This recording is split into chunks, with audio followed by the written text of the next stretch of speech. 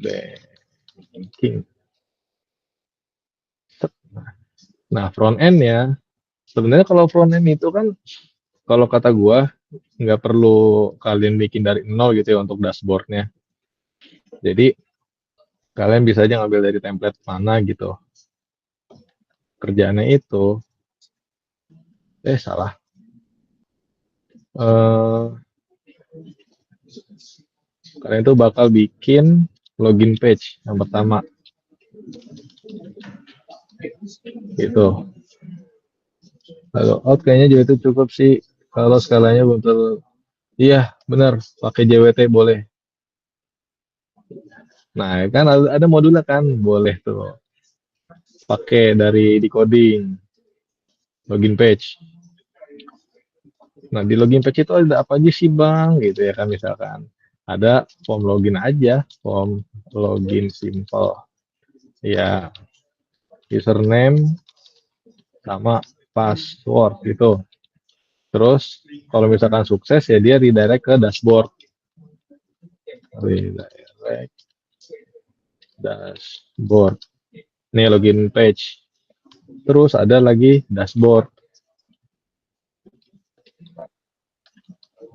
Nah kalau dashboard itu isinya tabel teman-teman. Tabel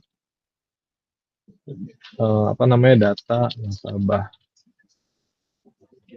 Nah terus isinya ya ini aja kolom gitu. Bentar ya. Kolom, ya nama, usia kek, pekerjaan dan lain-lain. Kalau bisa sih kayaknya ada probabilitas juga boleh. Top score ini. Terus datanya itu bisa kalian urutkan datanya. Berarti kan dia kalau berdasarkan skor kan descending kan. Gini, kalau mau lebih cantik lagi, saran gua, kalian bisa tambahin indikator aja. Mana ya? Sini deh.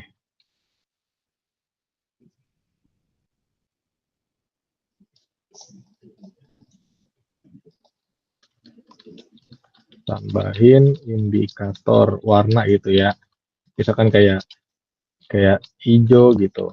Hijau, kuning, merah gitu. Dan lain sebagainya. Biar apa? Biar bisa lebih ke filter lah gitu dan lebih kelihatan kan untuk apa namanya penanda dari nasabah-nasabahnya lah gitu.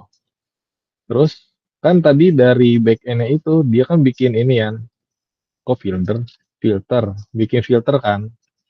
Nah, berarti front end-nya wajib bikin apa? Filter, filter dan search. Gitu. Inputnya ya ini aja.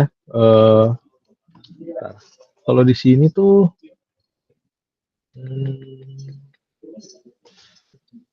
oh berarti berdasarkan skor. Berarti bisa aja isi filternya itu bisa nerima skor. Misalkan di atas 70%, itulah biar sampelnya lah. Atau enggak berdasarkan demografi. Berdasarkan demografi, usia, pekerjaan gitu. Terus kalau pengen lebih lebih canggih lagi nih ya, jadi dibanding kalian itu yang front end ngeklik search baru kecari gitu, kalian bisa nih pakai real time filter. Kalau nggak salah ada juga kok di inian di modul kalian. Jadi kalian tinggal set aja nih yang query parameter ini nih dari backend gitu misalkan ya. Jadi langsung di apa namanya? Langsung di formnya gitu, form filternya. Kita filter berarti ini ngambil data dari backend API gitu. Terus eh, kalau udah ini detailnya nih, karena kan tadi di backend ada detail kan berdasarkan ID. Kalian berarti nanti bikin halaman detail. Detail nasabah. Nah, isinya apa aja sih? Ya isinya detail dari misalkan usia, pekerjaan, terus history, skor gitulah. Terus mungkin kalau misalkan nggak pengen satu halaman, kalian bisa aja pakai modal modal pop up gitu. Ini preferensi kalian aja ya, gitu. Terus kalau kalau pengen like lebih improvement lagi nih teman-teman, boleh. Contohnya kayak gimana? Atau data table guys bisa udah include filter. Ya boleh tuh pakai data table itu kan bisa dibilang plugin kan ya. Ini kenapa video gua nge-freeze? Ah bodo amat lah. Terus terakhir, misalkan kalian pengen ada improvement gitu. Misalkan tambahin charpy contohnya. Charpy atau misalkan kayak top 10 prospek gitulah. Pokoknya ya apapun lah gitu, apapun yang bisa kalian improve. Charpy ini tuh setahu gue bisa kalian pakai di chart GS, bisa kayak gitu. Bentar. Berarti kurang lebih nanti flow-nya itu kayak gini teman-teman ya. Nanti kan dari ML eh, dia kan bakal menghasilkan model gini ya. Modelnya tadi XGBoost gitu, eh,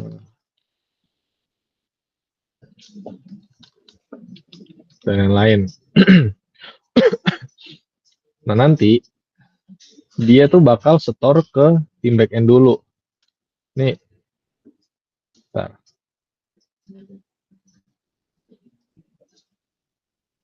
Gimana cara nyambunginnya? Ya, ya gitu lah dulu. Bakal nyambungin ke sini dulu, ngasih nih ke backend. Tapi dengan catatan dari backend-nya itu at least kalian tuh udah punya ini dulu, setup API gitu. Kalian tuh udah setup API dulu, jadi kalau misalkan kalian tuh udah punya API, kalian tuh bisa lanjut ke integrasi modelnya gitu. Jadi nggak kerja apa sih namanya nggak kerja bagaikan kuda lah gitu. Jadi cicil setup API, tar beres ini kayak gini-gini nih, itu ntar bakal kalian bikin juga nih codingannya nih untuk inputnya lah gitu, terus returnnya apa kayak gitu. Oke, paling kayak gitu aja sih overview dari gue ya. Buat yang ini, kira-kira aman gak nih? Mungkin bisa di screenshot, boleh nih screenshot deh nih. Ntar, tuh, tunggu kelihatan. Ini cuma overview aja teman-teman ya, bukannya yang bakal nantinya begini tuh enggak. Ini cuman kayak kalian tuh pas ngerjain caption tuh enggak yang ngaung-ngaung gitu loh. Itu.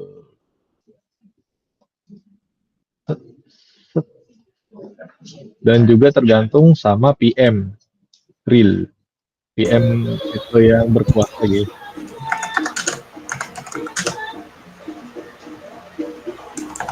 Gitu. Kita coba bahas yang lalu cek. Nah, gue lihat dulu yang baru cek ya.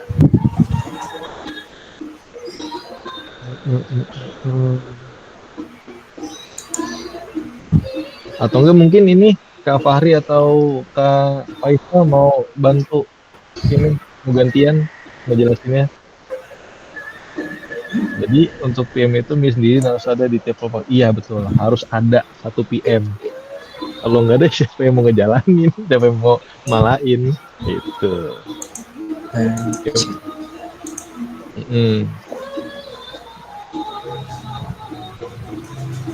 Iya PM itu ketua ketua kelompok. PM mah kalau misalkan di caption mah buat keren-kerenan aja sih sebenarnya sih biar kelihatan kayak bukan kayak kerja kelompok. Kan caption kan ngebahas project kan, bikin sebuah solution. Masa bilangnya, iya kita punya ketua kelompok, no, kita punya project manager, keren kan? Kalau kalau saran gue buat teman-teman yang mau jadi PM, yang siap tidak disukai orang-orang. Iya, betul. Kan duduknya ada input nasabah, nanti inputnya di front end juga kan, nggak di postman. Iya iya, kalau input nasabah mau pasti di front end, cuma kan dari back end kan kalian bakal mengolah requestnya kan, gitu. Postman boleh sih kalau misalkan nih ya, kalau misalkan dari front end itu belum beres gitu, kalian dari back end pengen nyoba dulu nih, request sama respon itu udah benar apa belum, pakai postman gitu boleh. Itu.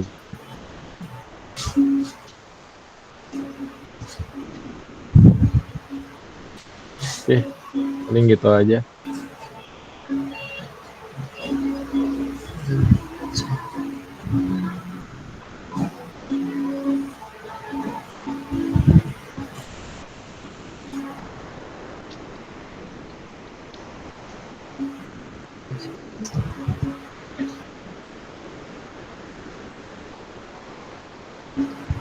Menurut kakak untuk yang bang lebih lebih baik pakai JS atau TypeScript? Jujur, ini ya aman aja lah. Jadi mendingan pakai JavaScript aja guys.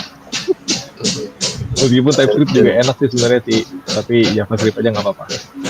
Kalian kan belajar ke JavaScript, selesai program iya. Kayak Bayangkan ya guys HPJS. ya, iya pakai HPJS. HPGS. Bayangin aja nih ya, project